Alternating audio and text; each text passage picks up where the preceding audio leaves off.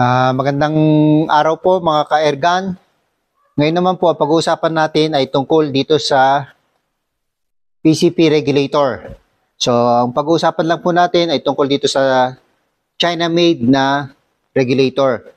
Papakita ko po sa inyo ang performance niya and then kung paano mapaganda ang kanyang performance. So, napaka-importante po ng PCP regulator dahil ang purpose po nito ay make sure na bawat putok ay pare-parehas ang pressure output. Kahit na ano pa ang pressure sa input tank natin, sabihin natin from 1.5 to 4,000, dapat ang output pressure natin, kung sinet natin sa 1.5, maglalaro siya sa 1.5, tumaas man, konti lang, hindi yung from 1.5, bigla magiging 1.8, 2,000, ganon, hindi po dapat. So, dapat consistent na pag sinet natin 1.5, nandoon lang ang output niya. Okay? So, tetestingin po muna natin itong China-made regulator. Okay? So, stock po to. So, tetestingin po natin ang performance. So, ikakabit po natin to dito sa ginawa naming tester. So, makikita nyo po, yung regulator, yung gauge natin ay digital. So, mas precision po ang magiging reading natin. Kasi pagka analog, hindi mo makikita yung 20 or 30 FPS na difference. Okay? So, kabit po muna natin.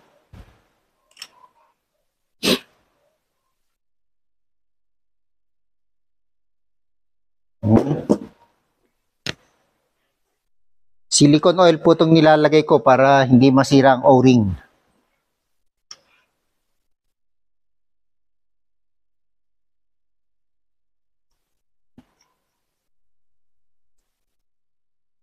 So, sa pag-testing po nitong China regulator, ang gagawin po natin, kakargahan natin ng 1,000, sa simula, 1,500 PSI itong tangke. Then, sukatin natin kung ano ang output pressure niya. So, ulitin po natin yan. Kakargahan naman natin ng 2,000 and then 4,000. So, makikita nyo po yung pagbabago. 3 beses po natin ulitin yan para makita natin. Baka mamaya yung unang test natin, may nagka-problema lang. Okay? So, ang gagamitin po natin pang karga ng hangin ay ito pong aming 3-stage PCP pump. 2-pa PCP pump. So, makikita nyo po kung din ang performance yan. So, karga na po natin. Okay, so pasok na po natin. Karga. 1.5.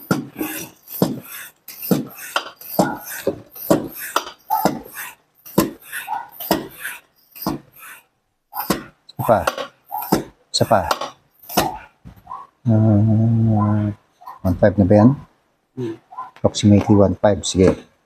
So, output pressure is 1.532. So, 1.5 input. Kasi hindi naman sakto yung mabasa yung sa input natin. So, muna natin. 1.527.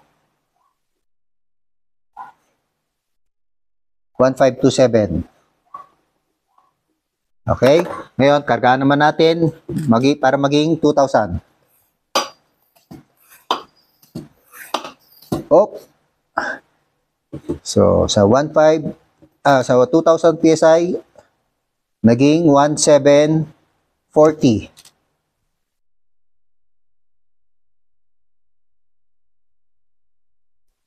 Next, at 4,000 PSI, okay, hanggang 4,000 na yan.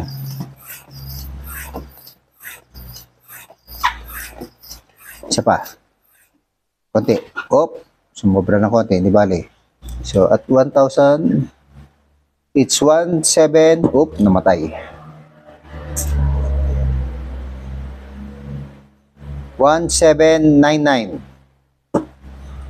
1,799.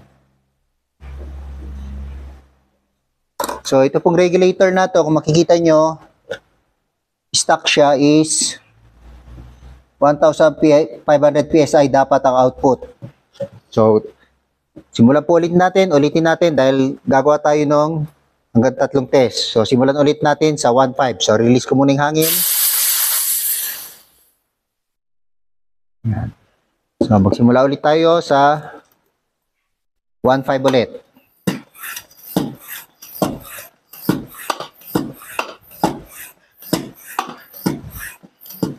Isa pa. Isa pa. Op. So, sa 1.5, ang reading niya ay 1.4, yan, mababa. 1.474, 1.473. So, output, 1.473. Next, oops! 2,000 PSI tayo. So, 2,000, karga. Hop. At 2,000, 1,732. 1,732. Next, 4,000 PSI.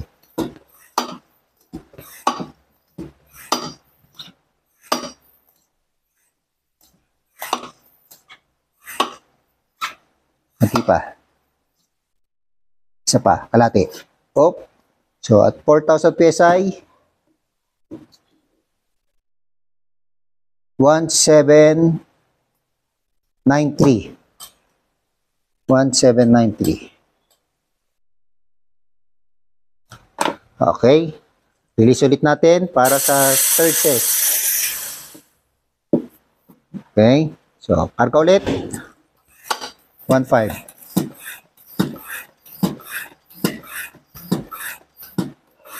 Sige pa. Isa pa. Isa pa. Op. Op. Sobra na. Sandali. So, at 1.5, it's 1,554. 44. Dali. Next, at 2,000 ulit tayo. Op. It is now at 1,731. Next. Sige, sa 4,000.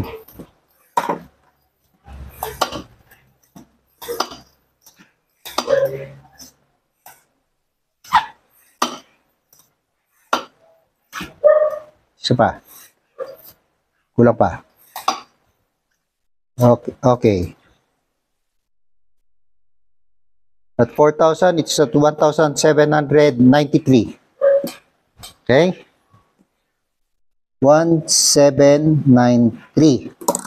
Ay! Sorry. 98 pala.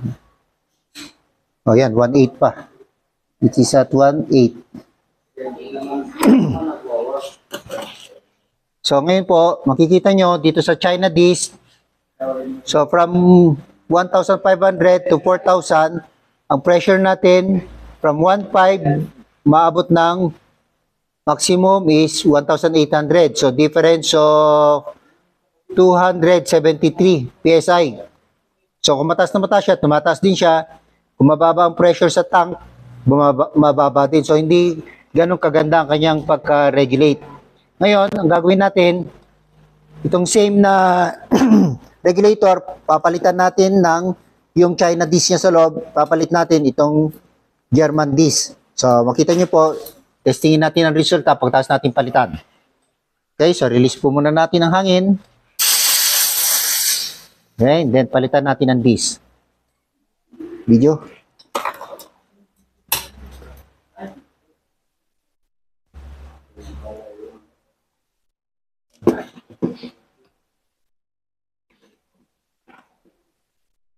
Stop mo muna. May customer.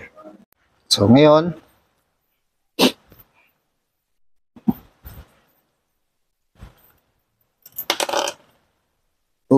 ano na yung pin? Balik natin pin mamaya.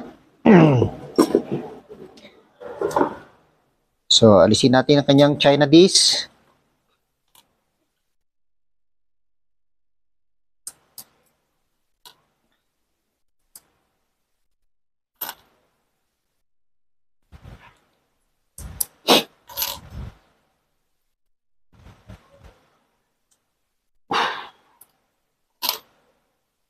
Okay.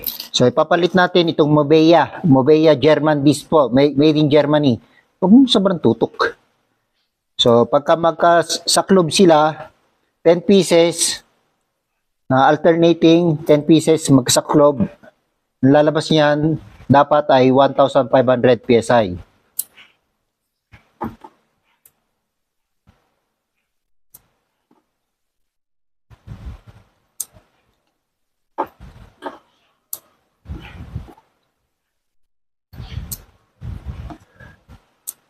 Ay, mali. Mali ako.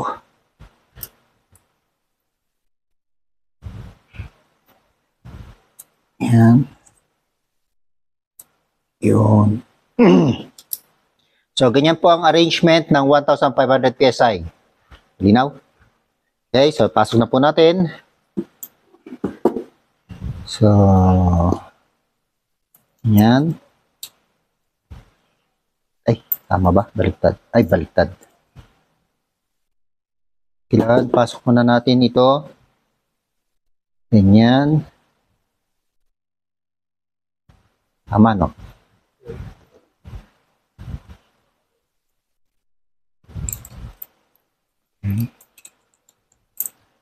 Yan. And then, pasok na natin ito.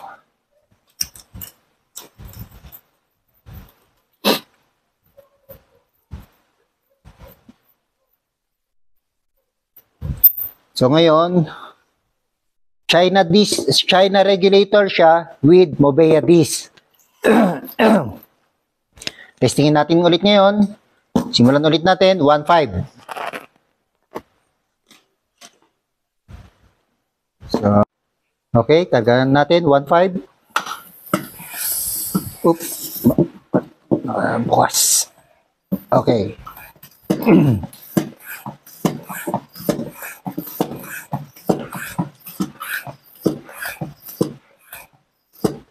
Isa pa. Oop. The first reading, so 1,500 PSI.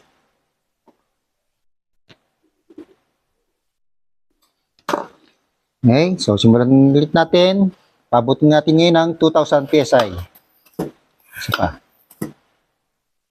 So 2,000 PSI. Oop, matay. 1,509.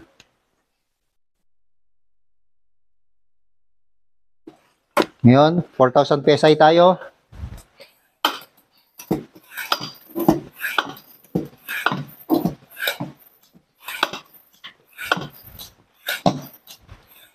Isa pa. Isa pa. Okay. So, 1,005, ano yun? 4,000 PSI, output is 1,565.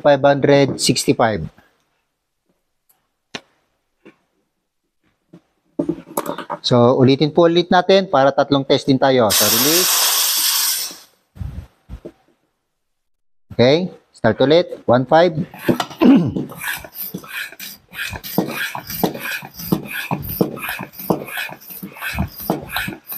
Isa pa. Isa pa. Hop. So, sa 1.5. 1,479.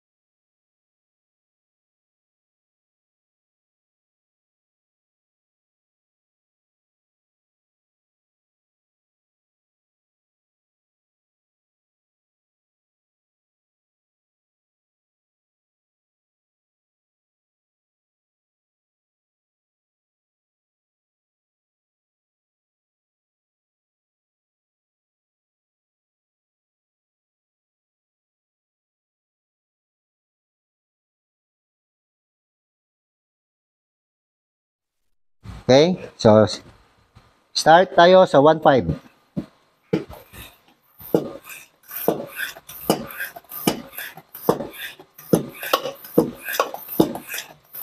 Dandahan.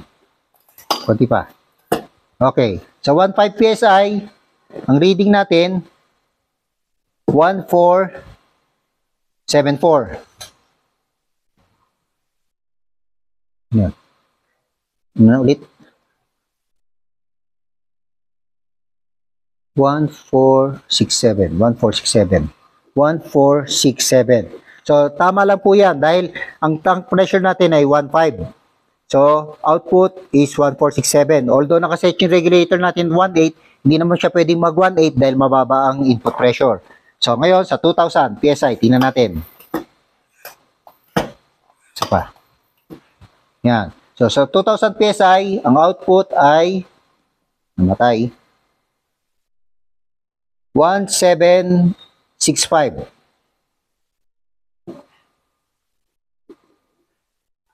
Next, 4000 PSI. Sige.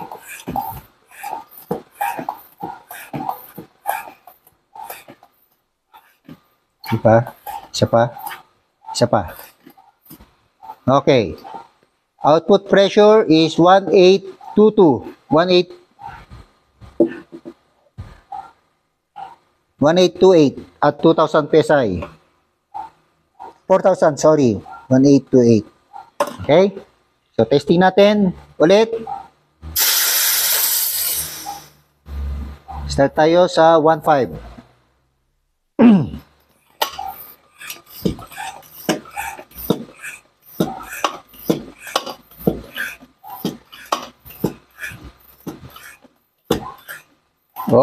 Okay na yan. So, tank pressure. What yun?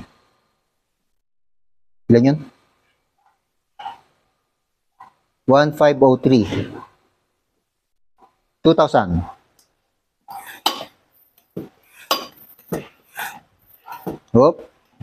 Sa 2,000, it's now at 1774.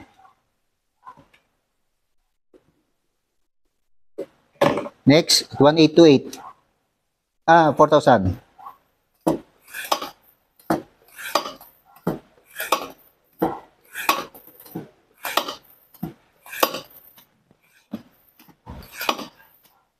Isa pa.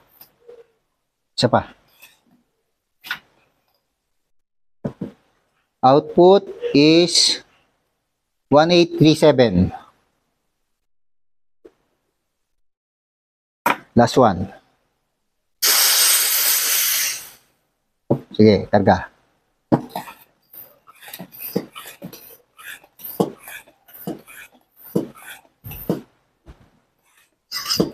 Sige pa. Isa pa. Output 1501.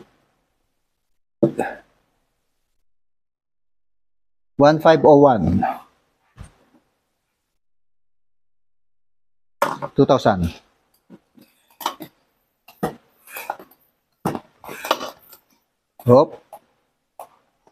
Output is 1781. 4,000. Sige, layo pa.